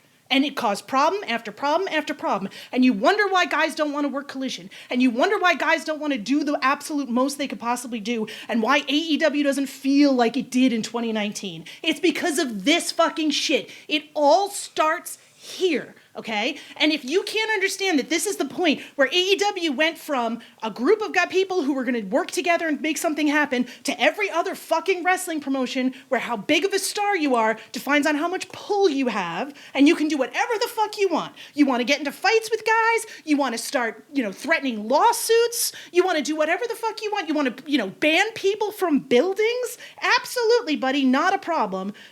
Tony Khan's going to chant CM Punk at Gorilla. Like, that's it, right there. That's the fucking it. Like, so that's the part where sometimes I'm like, guys, do you not get it? And whether you think it's a big deal or not doesn't matter. These guys thought it was a big deal. It was a problem for them. Okay? So your own personal, moral, whatever beliefs about whether big stars should be able to do whatever the fuck they want to do. And let's not even get into the part where he wasn't even drawing that much at the time, right? Those fucking Collision numbers are brutal in that summer. But whatever. Like, this perception that Punk is solely responsible for 2 million viewers on fucking Monday night is the shit that, like, again, it allows guys like this to get away with whatever the fuck they want to do. It's bullshit. It's part and parcel of fucking Vince McMahon traipsing around, Janel Grant and nobody doing anything about it because this is seen as an acceptable standard in wrestling. It's part of why the fucking industry sucks and needs to be changed. I just thought we should have a pause there. And no, I get that it's not the same thing. I'm not trying to equate CM Punk being a douchebag with sexual abuse, okay? So don't try and accuse me of that either. At the end of the day, the reason why we're talking about it is it's an illustration of AEW's failure as a corporate body, as an employer, as somebody that, you know, who's there, want to protect somebody and their behaviour and allow this behaviour that was counterintuitive to a safe workplace has led to people getting kind of, you know, treatment from mental health professionals. Not the only one. I know they introduced someone there directly as a responsible this for that role. So some good does come out of something sometimes, even the worst. But the reason they're having to do that is because of this. And also it's affecting livelihoods. And once you get to that point, there's a liability. And the reason why this coming back up this week is worth talking about is this won't be the last one. I know everyone wants to escape it. I know everyone wants to forget about it. They want to move AEW on, transform it, whatever. It's not going away because of what this company did in those situations. And, you know, how they didn't protect a lot of their talent, a lot of their staff, in terms, you know, in multiple different ways. And how they didn't, you know, even in terms of talking for them. And that was kind of summed up because, you know, earlier this year there was a person in the company that contacted Dave Meltzer who hadn't talked, and they wrote a letter. It's worth going back and seeing it if you haven't already. But it emphasised that there are a lot of people that haven't spoken yet, and that no one feels safe to defend themselves in any way, and that's not changed. But with this coming through, are there going to be more complaints that made public? Yeah. Yeah, I think Brian Alvarez mentioned this week that there could potentially be more coming, and there will be. Because whilst Tony is not being truthful about what happened, and doesn't, you know, as this quote said, maybe doesn't want to accept personal responsibility for the mess, and hoping that you can just all put it behind them, and, you know, it's been 2 years, but it's still ongoing. So until he admits what happened, and they corporately trying to, you know, move past it by telling the truth on this and being honest and having some sort of corporate value, then it will never go away. There will always be things to come. There is plenty in that file. There is plenty that people know about. There's plenty that people don't know about. And it's all about people feeling that fear of what they can say and what they can't. But it's not going anywhere. And, you know, we still see things where their perception is affected by things they don't deal with properly. Failures in communication, freezing people out, you know, not addressing things in a way that a company their size should now. And that's where they need to improve their HR side. They need to improve all of that. Because, you know, you can get rid of the change the world mantra. You can say, we're not going to, you know, okay, we're going to operate like an old style wrestling company, and it's all going to be star driven, and we're going to let people get away with this and let people get away with that. But that doesn't match with being a, you know, a corporate entity in 2024. What are you? You know, are you going to modernise? Are you this forward thinking, kind of progressing? Are you bringing new energy, new creativity, new ways of dealing, improving wrestling, or are you just another wrestling company? If you're just a wrestling company, then you can't bank on it. You can't make the brand a centre of your kind of positivity. So make your choice. But there will be repercussions for this for a long, long time. This was a mess. This was a massive mess that affected people's mental health, affected their well-being, affected their livelihoods, you know, their ability to kind of market themselves, to draw, whatever you want to call it. And some, you know, even physically, because we've seen that. So, yeah, it's going to keep coming back up. It's going to keep haunting them. You can't just sweep it under the rug because, you know, they don't address it. And like this, they're not addressing it. There will be no public comment. We all know that. No. And, yeah, it's just, it's a stain on their brand. So that's where that is. We'll see if anything comes of that complaint. We'll see how much whole history gets rewritten in the meantime. And yeah, but do you know what? It's it's been a bit of an interesting week for AEW discussion. outside of a God. news item like that. So I was sat at football on Tuesday, freezing cold, awful sausage roll. Sorry, Sheffield, it was an awful sausage roll. In my lonely seat, I bought like the one seat on a row. It was the best decision ever. It was a tremendous picture. I loved that photo. Right next to the director's box. And a wall. I was talking to like a couple of the players' families just across the wall because there was like nothing else. It was great. Best decision ever. And I'm sat there and I check my phone at half time. And like, it's normal Tuesday. I haven't seen anything newsworthy. And all of a sudden, like, our Discord just went insane. Yep. And I'm like, what the fuck is going on? Like, why are we, having this complete meltdown? What is going on? Twitter went insane. Yeah, and it's kind of funny because I feel like we kind of got our thoughts out last week. We discussed a lot of the kind of feeling, and we used the examples of things that we, observed with the pay-per-view to kind of discuss it. And we've had lots of feedback in the last couple of weeks. We had lots of feedback from people inside AEW, who are part of creative wrestlers, the lot. And, we weren't too far off. But nothing has changed between last week and this, with one exception, which we'll discuss. And I couldn't work out where this kind of outburst had come from. Did you have similar feelings on that, or could you see why it happened? It was kind of weird because it just feels like people part of me felt like it was not fully, but I think partially sparked by Raw having a positive rating. Okay. I think WWE in general doing well always causes people AEW fans to sort of melt down a little bit. But Raw had two very positively received segments. It's always funny when people talk about WWE and how great it was. They never mention the wrestling. It's always fun. It's always a promo. But they had two well-received segments. They had a decent rating, and I think it just caused people to get really, really frustrated with a lot of the stuff that you and I have been talking about with AEW for 6+ months at this point. I don't think any of it is new to any of our listeners. We're essentially in a situation where all the stuff we talked about in the spring with Danielson, with Swerve, with Hangman, with all that shit is essentially come home to roost, right? Yeah. And people are not as hyped or like psyched for the shows anymore. And you've seen it for a long time in ticket sales. You're starting to see it more in audience response. Just in the I think they did suffer from having 3 really shitty crowds in Chicago and at the pay-per-view. But like at the pay-per-view, they had a shitty crowd, which is crazy, right? Like 10,000 people bought tickets and then didn't really respond to anything that was happening on the show. And I think for whatever reason, it just caused a lot of folks to just get really frustrated and kind of lose their minds a little bit. And I don't think you and I want to get into it too much because God knows there's been so many hours of fucking audio on how much AEW sucks.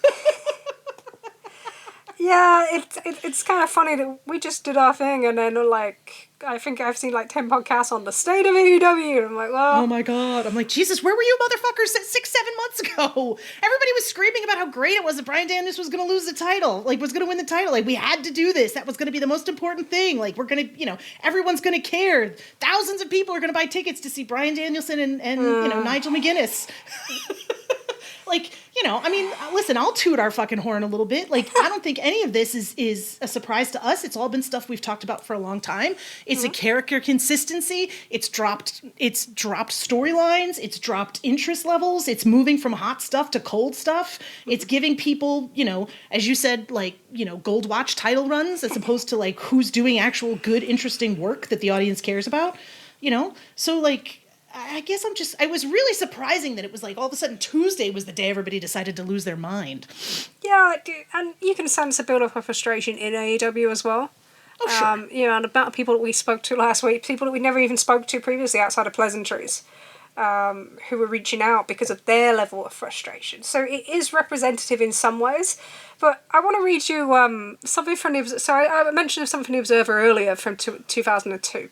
Yep. And I want to read you this. So this is around Survivor Series 2002, as we mentioned earlier. But while it was entertaining on the night, the booking decisions reeked of the short-sighted problems that have put the company in the hole it's in. With 2 divergent products on television from the same company at the same time for the first time ever, a somewhat fair comparison can be made. The huge and growing ratings disparity between the two versions, particularly when it was the Raw version that had a sizable edge when the brand extension started, and that's reversed, seems to be an obvious answer on what the public wants today. Jesus, Dave. However, even those who championed the SmackDown direction, which was much more wrestling heavy, if anyone remembers those months.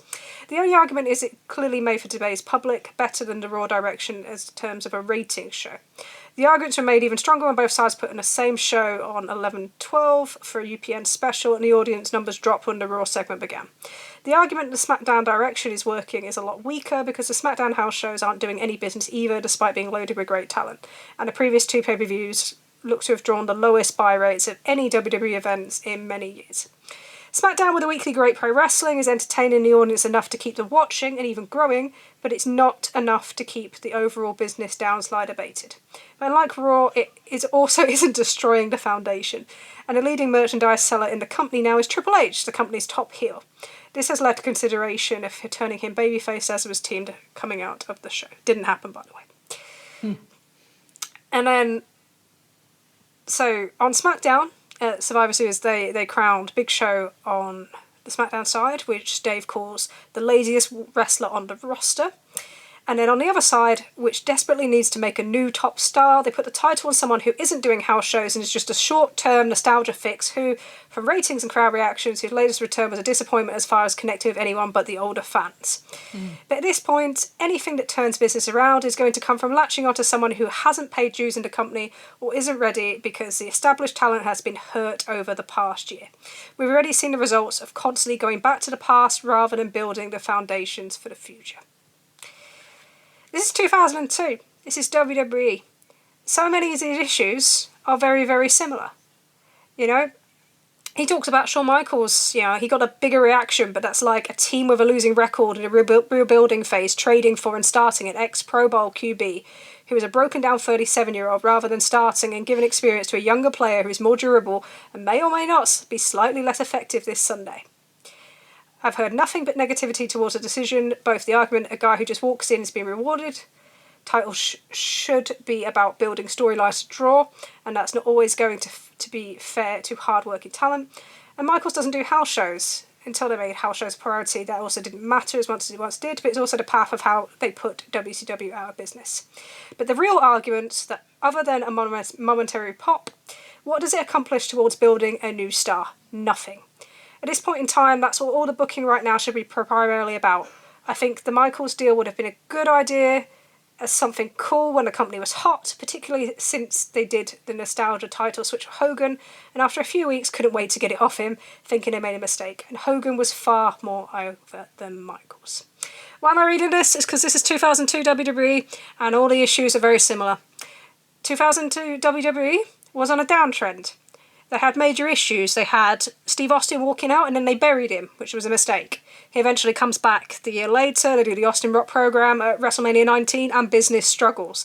It does not have the success that he did in years previously. They buried a lot of their newer talent, all new acquired talent. They buried RVD. They buried Chris Jericho. Let's not even mention what they did with Kane. It's just not... you know, later on, at the start of the following year, after WrestleMania, they buried Booker T in probably one of the worst burials you'll ever see. You know, they acquired Scott Steiner and completely destroyed any hype that he had within 3 months. You know, they did similar the following year with Goldberg. By the summer, he was nothing. You gave Hulk Hogan a 1-month reign after the biggest return of the year and probably one of the biggest returns that you'll ever see if you go watch it back, which was Triple H at Madison Square Garden. They killed any chance of a Chris Jericho title run being successful and made him look like an absolute idiot by the end of WrestleMania. However, you know what? There was also good things that year. They did a brand split. It opened up new faces. They had an incredible SmackDown tag division, which anyone watches that period will remember quite fondly. The tournament that they had in the fall of that year. You know, especially it seems like Edge and Rey Mysterio. They had other things going on. SummerSlam 2002 is probably one of the best pay-per-views ever for that WWE have ever produced. Still holds up now. You know, Survivor Series in Madison Square Garden did a huge crowd, huge gate, was massively financially successful. Their TV revenue was a different thing then. Well, they were much more reliant on house shows than we are now. And there are different issues with perception what AEW face now. Obviously they face, and then not having WWE at that time didn't have a WCW equivalent, competitor. Yeah. So there are differences. However, it's the same thing. It's the same thing that we're talking about. We can be honest about this. People enjoyed that show in 2002, especially SmackDown in the fall. They enjoyed that show. They enjoyed the things that happened. They made mistakes. They went to nostalgia too much. They did things that worked in the past and then they didn't. But we can be honest about it. They had a downward trend in metrics. We can be honest about it. We do not need to protect them. We do not need to lie. We do not need to make up long-term booking that doesn't actually exist when things are going week to week. Because I've read some of them this week that are pretty amazing considering the creative we were told was, was what they were aiming for and now isn't. You don't need to do it. It's okay. You can enjoy it. What's the Hiromu quote from Wrestle Kingdom this morning, actually? What did he say? It was like, just have a good time, enjoy wrestling. Let's all live our lives and enjoy pro wrestling. And enjoy pro wrestling. If you want to do that, I get it. I get the perception stuff is hard. I get that when people show frustration and they illustrate that not everything's perfect in this company, that it's tough to to stomach. You don't need to. You don't need to do that. We can accept that at the moment they're going through a downtrend in popularity. And it's okay. It's okay. That's it doesn't a cycle. mean it's all bad. You can still enjoy shit. Yes. That's a cycle. That's how it works. And they'll either come out of it or they won't. But we'll see. But that doesn't mean you can't enjoy things on the way. So, yes, people are enjoying the Continental Classic now. And you can we'll look back at the end of that tournament when we get there and how successful it was or, whether it matched us last year. But they're enjoying the matches. Great. Enjoy it. Last night's Collision was fantastic. With one small minor exception. It was a good show. Yes. But things that happen in situ are different from the kind of the long-term things or the things that change business. And you can't change that. We don't need to imagine it. We don't need to lie about it. We don't need to get aggressive with anybody that's honest about it, which I've seen a lot of this week. Okay? We don't need to say that everything is... They're not going out of business. There's somewhere in the middle. And this is no different. We've seen many a company go through this. You can argue New Japan have gone through something similar, who are now stabilising their numbers. And maybe that's where we get to first with this. But you just... God, I made the joke earlier, but it's like Scouser and Harry Enfield. Just calm down. We can be rational. We can discuss this in rational ways. But we just need to calm down. Let's be better than Marvel fans Jesus or Star Trek Christ. fans or something. It's fine. They're not going to die. They're not going out of business. No. Tony Khan does not need to be replaced as Booker. Let's everybody just chill out a little bit. I don't know. There's fundamental issues that they have that need to be addressed. Yes. But what's happening currently is not going to address any of them. And they are listening. We can tell they're listening because the main event changed for the next pay-per-view last week. Not only the main event changed, but the way that they set it up changed. And this is where my frustration comes into play. This is my little thing from last night that I'm going to talk about a little bit. Okay.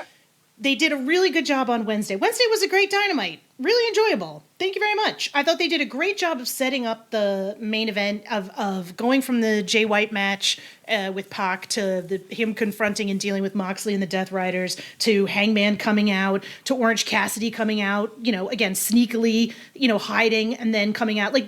OC in this match makes way more fucking sense than Christian Cage. Let's be realistic. It gives the audience someone to root for. And I think you can tell that because, yes, there were ginormous cowboy shit chants, but OC was also heavily cheered in that segment, right? And they also made those guys look strong, right? They made them look intelligent. OC is hiding. He's not just, confronting these guys in the ring. And then we have last night's segment, which, again, started off really well. I really liked this. Mox came out. Mox gave a promo. The audience booed him, which is all you ever want to have happen right now is for the audience to fucking boo Mox. They were not cheering Mox, okay? They were happy when OC came out. And then OC threw the microphone at Mox, and I'm like, why is this guy a fucking moron again? Right? You just brought him back. You just did a good job of attempting to rehabilitate him from the absolute idiot that he was during this. And yes, you can tell me, he told people to stay away. He wants to be self-sacrificing. He looks like a moron. No one cheers for that kind of shit. Come on, do better than this, right? Do not set up angles just so that FTR can get fucking cheered. okay? And if people are suggesting this backstage, tell them no, don't do it, okay? Because your babyface going into this fucking program looks like an idiot. There's a better way to get heat on this, right? There has to be a better way to get heat on this where the guy doesn't look like a fucking moron. Right? You're all smart. Figure it out. Like, come on. Like, they did a good job. Last night was incredible, okay? The outcomes of those matches, right? Garcia losing to Mark Briscoe, unexpected. Fantastic. Fletcher beating Okada, unprecedented. Amazing, right? Phenomenal matches, incredible outcomes. Like, it's good shit. There's good shit here, okay? It's not all terrible, right? Just, like, the narrative coherence. Keep your characters strong. Like, let's get back to the shit that was good, okay? And keep doing it. And, like, stop having different people book different things on different fucking shows. Like, this is... Oh, that's like, not going to stop.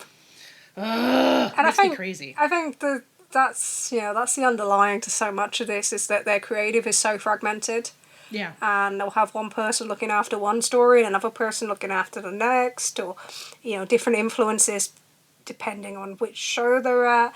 And then somebody might take over someone's story halfway through, and it just leads to there's no fluency, no coherence, and dumb baby faces never worked. It was the thing that they tried to avoid at the very start by having smart baby faces to avoid the mistake that WWE made for the last 10 years of having dumb ones, and it does lead to a question of how long can you do this sort of heavy heel heat where your baby faces will have to, be downplayed for a large period of time when the company's in a position, like, in perception-wise, especially where they are. Something I think they got really right at the start was to not do that, because they recognised that people were tired of it with WWE.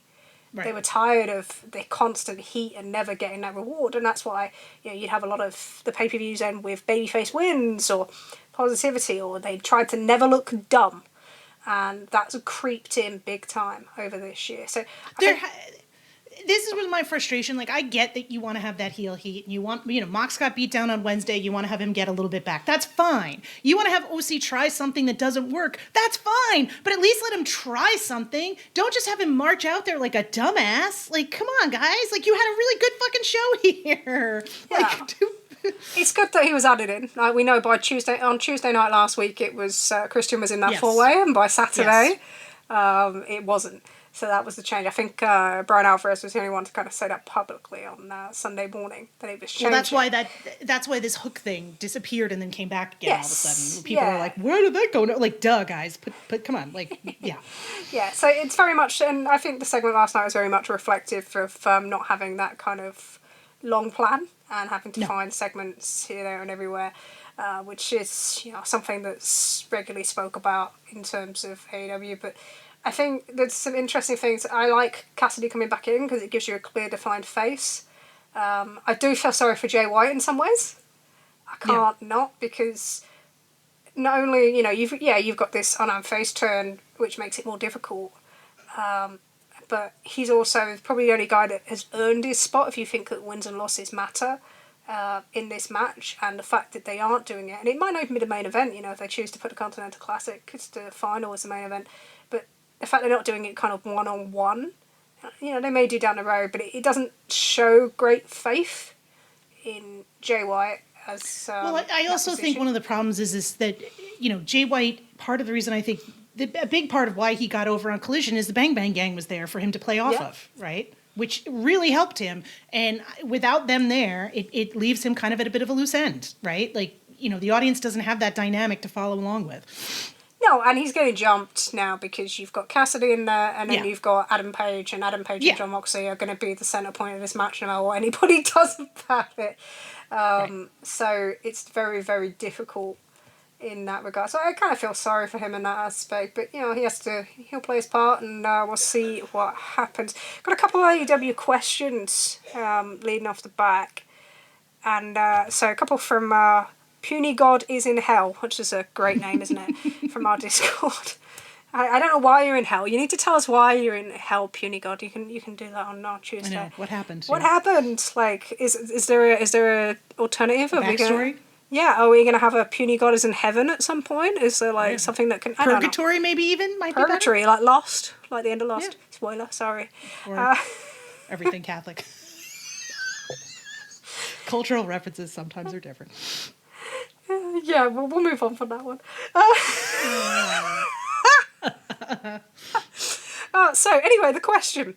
So on the last time's pod, you said that Shockwave may open up spots for the wrestlers to get spotlight.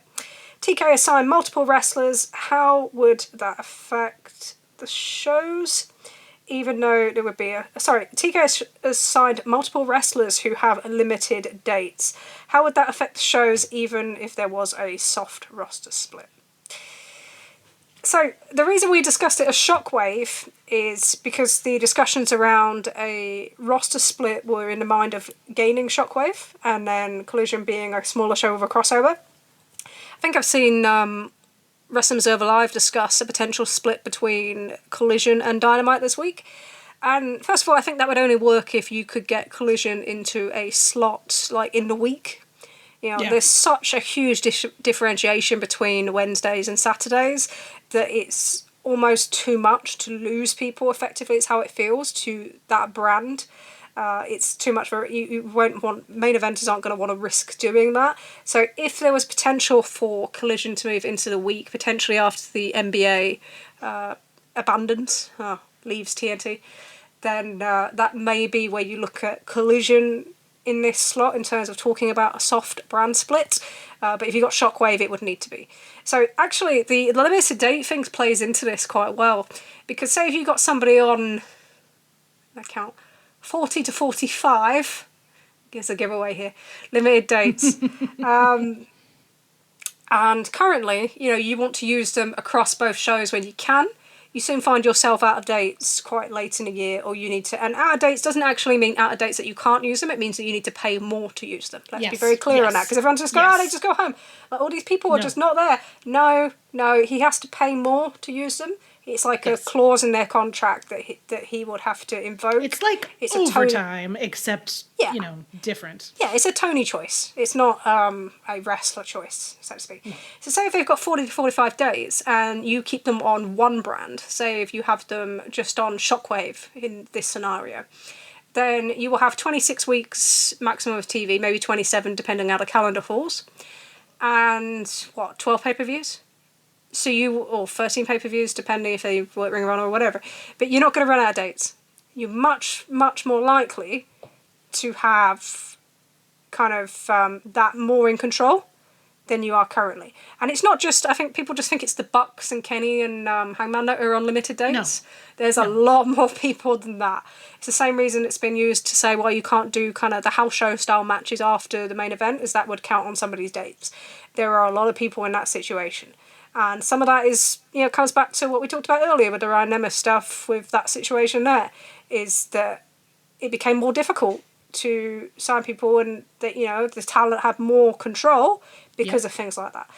And more options, because WWE, again, is still looking to sign people. Exactly. So that marketplace, as well as what's happened in the past, means that it is very much a talent-friendly negotiating environment, especially with AEW.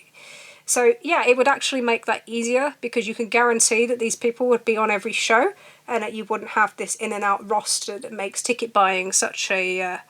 pain in the ass. Yeah, it's like a lottery at the moment. So I actually think that would make things easier if you could define and say, these are the people that are going to be on the show. In the same way, that Raw and SmackDown do. And that doesn't mean it needs to be a hard split. We don't need to do a draft. We don't do anything like that. Someone can move back after 6 months, depending on their story, whichever.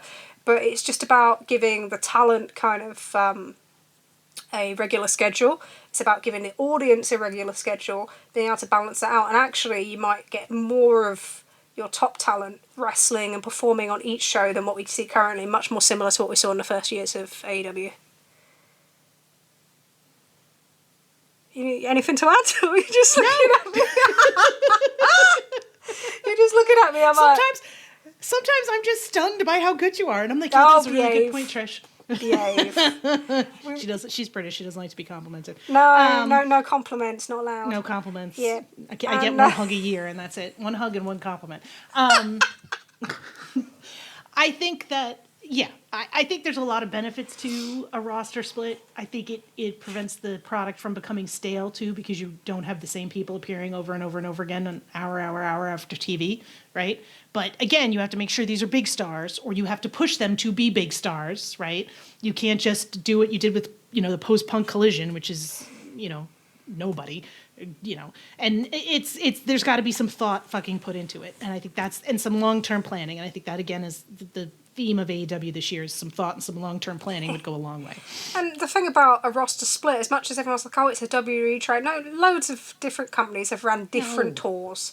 Okay, just because you associate with WWE doesn't mean that it's a WWE thing. Right. But the other thing about it is what we have currently, because of the difference between Dynamite and Collision, is we have this focus on putting all your star power on Dynamite. And consequently, all the wrestlers in those positions want to be on Dynamite. They don't want to be on Collision. So all of a sudden, you've got Max segment, or maybe 3 segments, depending how he feels. You've got Adam Cole segment, right? You've got John Moxley segment. You've got Chris Jericho segment. You've got, when he comes back, Adam Copeland segment. You have Christian Cage segment. You know, you'll have Strickland Hurt Business probably into play the segment. How many does that leave? We're up to 7 already. I'm sure I'm missing main eventers here as well. Oh, you have Mercedes Moné segment, right? You have a Will Ospreay segment, because as much as everyone's doing the whole, like, he should have done this, he's still presented as a main eventer compared to quite a lot of the talent there. Trish, they missed their window with Ospreay. He is dead to the audience. We've missed 6 Hangman windows now, but, it's like, no one can ever get over ever again. Whatever. Yeah. Hangman actually moves numbers as opposed to... You're going on the warpath now. I'm being mean. I'm being mean to Ospreay, who I actually like, and I'm not helping my reputation as someone who doesn't like Ospreay, who I actually like. No, but there's that thing about you can have windows, but people tend to get over more than once. It's when you miss multiple that you want to talk about it. And the order this year, let's be honest, is Hangman Swerve Ospreay, if you want to do it that way. So anyway, regardless of the Ospreay thing. So we can probably name 8 to 9 people already that must have a segment on Dynamite, and that's before you even get to a Cassidy, a Hangman, a JY, a Darby, right?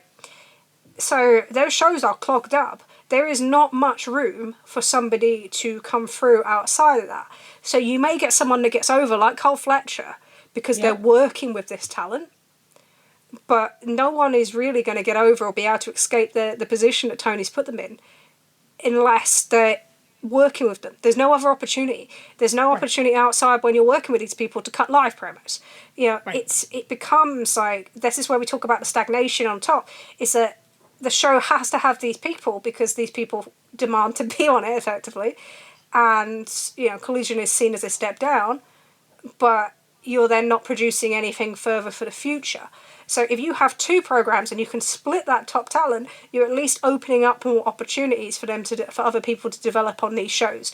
And you can still carry these shows in terms of the rating or in terms of viewership, because you still have this top talent. If you give them something interesting to do, then that should carry the viewership. But then that viewership should then see these other guys or women and then become invested in it. That's what you want.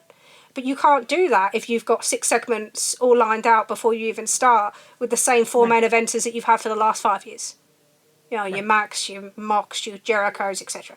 So that is where the idea of splitting this roster, and I know Tony's kind of umming and ahhing about this, whereas a lot of people see more of a benefit in AEW, is that you are going to open up these opportunities and you hopefully will have people get hot. And then you have to capitalise on them. That's a different thing entirely. But you have that more opportunity to do so. The other thing is that fragmentation that you get currently, where you've got, like Swerve and the Hurt Business story, and you've got the Moxie Death Rider story, and you've got the MJF Cole thing, living in like 3 different worlds. Well, if you can separate them by shows, that becomes much easier to deal with. Yes. So you do have that ability then to tell like a Hurt Syndicate story and not feel like there's, why is this not interacting with this other thing? Because you don't need to. The same way they did with the Bloodline. I think Lance Storm's having a very good month on audio, by the way, in terms of taste. But I think it's something he pointed out is that relatively. Come on, like 2 good takes is pretty good. Behave. We're going to use that too much today. But it's that thing of, the bloodline can exist on SmackDown, take control of that, but then you can still have this other thing going on Raw without kind of taking away from the other. So I think there are multiple benefits to it. I think if they do get a shockwave or collision moves, it's something that they should look at. It would eliminate some of these issues, and hopefully it would, incorporate some new creative, some new kind of forward thinking. Some new kind of thinking of outside of the standard of wrestling kind of cycle. Some new voices as well. They could really do with some new voices and actually seriously. Yeah, and not just new voices, but actually listening to them, to be honest. Yeah. So, there's an element of that. But, I am in favour of it because I just think that we've hit that period of stagnation. You can keep going back to what worked before, the same way that when I talked about WWE in 2002 earlier, 2003 went back to Rock and Austin, and it didn't do anything because people had seen it. So people are always looking for something fresh, something new, something that's going to catch on, and that is more prominent than ever, I think, in this kind of social society that we're in at this point. So I just think that's a thing. Little technical question from Pylons on the Discord as well. I do want to say one thing because I'm going to get myself in trouble with this before we go. But you read that quote about from the Observer about Michaels, and it was funny to me because all I kept thinking of is if this was today, Dave would be like, "Well, they have to put the belt on Michaels." He'd be arguing for it, he'd be saying we have to do it like that. Yeah. Anyway, like I said, I get myself in trouble on that one. Well, the funny thing about that is so I got back into wrestling in that year, and I quite and I wasn't at that point.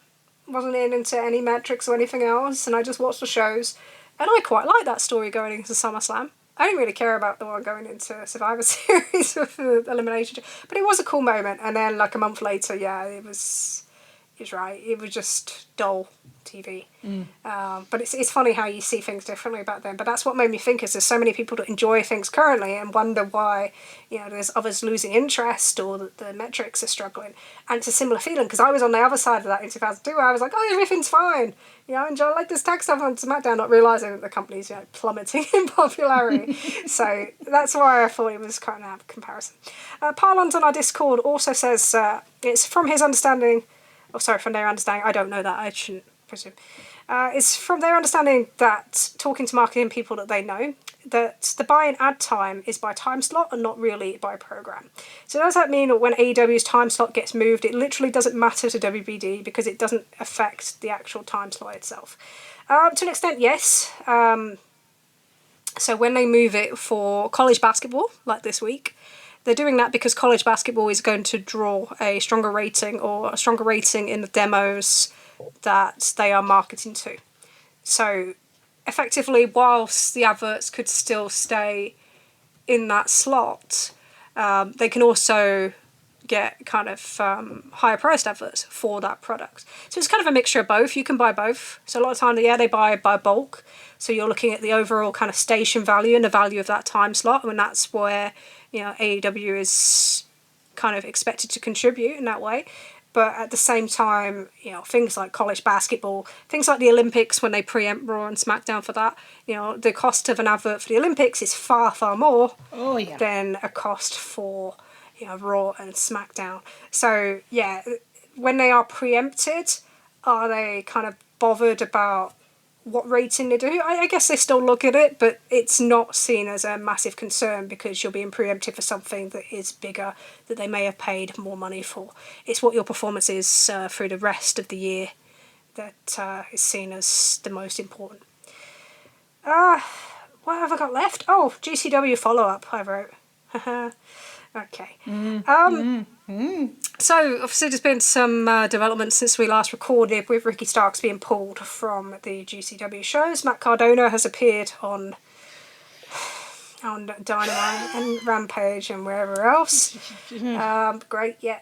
But in terms of what we spoke about, so I gave one particular example of GCW last week, the week before last, when I said that GCW announced Jon Moxley before his AEW return. And sometimes the interesting thing is, so that I will tell you that information came from a WBD source at the time, it's a long time ago now, in the start of 2022, and directly from AEW. So I had two sources on that, but it's a while back now. I actually had a GCW line now So we'll give that to match up, because even 2 years after something, sometimes you learn new information. And we should, if we're willing to say the AEW side, we should give the GCW side. And the GCW side is that they had pressure on them from Fight, as it was at that point, to announce the match. They weren't getting any communication from Tony Khan, and it was John Moxley that said, just announce it and I'll deal with any heat. So, there you go. That's the GCW side to that story. And, I think that's pretty much it. Have you got anything else to add before we get to the plug bit? I feel like I've said enough. Probably dug myself into several holes today, but whatever. Whatever, isn't it? You can kind of find us a little bit elsewhere at the moment as well. So Sarah appeared on the Wonderful Gentleman's Wrestling podcast with Jesse Collins. Do you want to talk about that one before? Yes, it was. Jesse has done. So, Gentleman's Wrestling Pod is a great show, and Jesse is an example of somebody who I don't always agree with, but I always love his opinions because they're thoughtful and they're presented reasonably. So, and Jesse and I, know each other from other places than wrestling, but he did his 100th anniversary show, which was a huge achievement. I think we have, are we at 31? It's like, it's a lot to do a podcast for 100 episodes. It's a level of commitment that I really respect, and is good for him. He did not want me to congratulate him, so I did not do that during the show, but congratulations to him on 100 episodes. But he wanted hot takes. So I came up with some hot takes. I also asked producer Leah for hot takes in a panic because I was like, what am I going to talk about? And she provided me with some options, one of which I went with. So please feel free to tune into that. There's some phenomenal folks on that. Our friend Maura Johnston does a hot take. Lyric does a hot take. There's some good listening on there if you want to give it a shout. So it's available wherever podcasts are sold. Are sold? Oh, right, okay. It's the thing from commercials, available wherever podcasts are sold. God, that went right over my head. That was embarrassing. Also, I want to say thank you to Martin Bushby and Andrew Thompson for my brief appearance on their Christmas extravaganza show on YouTube, even though my Virgin Internet is horrendous. So thank you for putting up with that. And we've got upcoming appearance. I'm going to join the We Work Stiff boys to preview Naito and Hiromu, which we may have agreed before it was announced, and I was so scared of jinxing it. Could you imagine if it didn't happen because you agreed to do the show? I deliberately scheduled it for after World Tag League finished. I was like, we're not doing this till Tuesday. I am not doing any pre-recording on this. Oh, the devastation and emotions. I wouldn't have coped. That would have been very bad. I'm still waiting for you to put that anti-Naito list together on Blue Sky. Oh, yeah. Rich has accepted his place on it, hasn't he? Yeah. Yeah, he said he accepted his place on it. He's just like, yeah, I'm on the list. My anti-Naito list.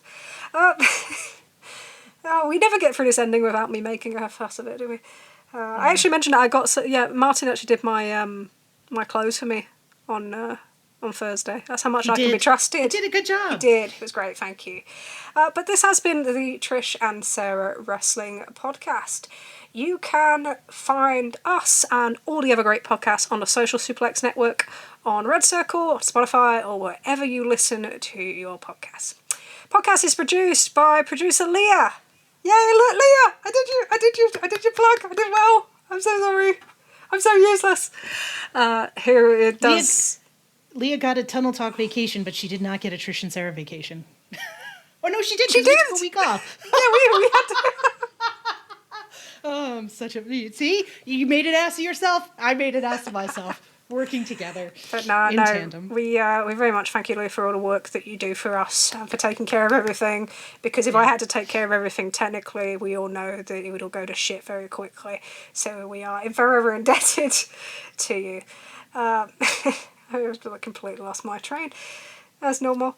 I haven't lost it. Train of thought. I haven't lost a train in a while. Let's be honest. We're doing okay with the trains. They're kind of hard to get rid of. You sort of know where they're going. Sometimes. So you can also find us on the Social Suplex Discord. Come in, find pictures of the rabbits, discuss football. I mean, we haven't really discussed much wrestling lately, I think. I just feel like you can come in and ask us any questions. We do it in intense bursts at random times, and then go on to other topics. But yeah, it's an open invite to ask us anything that you wish. You can also do that through email at trishandsarahpod@gmail.com, trishandsarahpod@gmail.com. You can still find us on Twitter at trishandsarah, and you can find us under our names on Blue Sky. You can't find us yet completely under the pod name, Sarah.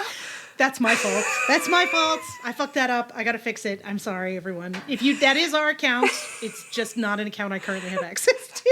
Yeah, so we are not advertising there for any reason whatsoever other than a technical difficulty. So totally technical difficulty. I will fix that at some point. But I am quite enjoying just posting random things on Blue Sky. So yeah, you can keep up with my WSL sticker book album. We did with 4-0 today. So that is a reason to... That's my only reason to follow me on Blue Sky. Keep up with the WSL sticker album. See if we can get to all 390. I feel like a 6-year-old again. It's great. There we go. You can also purchase our merchandise or any of our other brands at Social Suplex over at chopped-tees.com/Trish and Sarah. What's all this backwards slash? Just slash. Whatever. Google it if you're not sure what the address is. It'll come up. Yeah, just Google it. So you've had the American version and the English version all at the same time in this episode. And that will be it for another 2 weeks. We'll be back just before Christmas. Yep. Where we will look back. Will we look back on a year? Are we doing a yearly thing? Are we doing a Christmas thing? Are we going to invite Tunnel Talk and just do chaos? I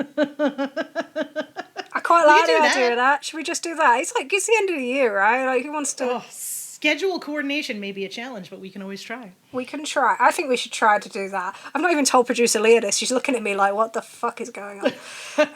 We should mention it to Allie and Ann, too. we should, yeah. This is my idea of throwing things out there, isn't it? But yeah, you know what? Like, Keeping It Strong style when ONR do their thing, don't they? Yeah, their F out of here draft thing. Yeah, where they smack each other. I'm not doing that with you. I'm not hitting you. I feel like you could take me.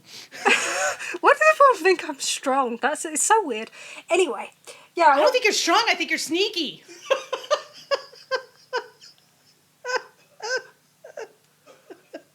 She's not sure whether to be honored or offended. I don't know. I legit don't know. There we go.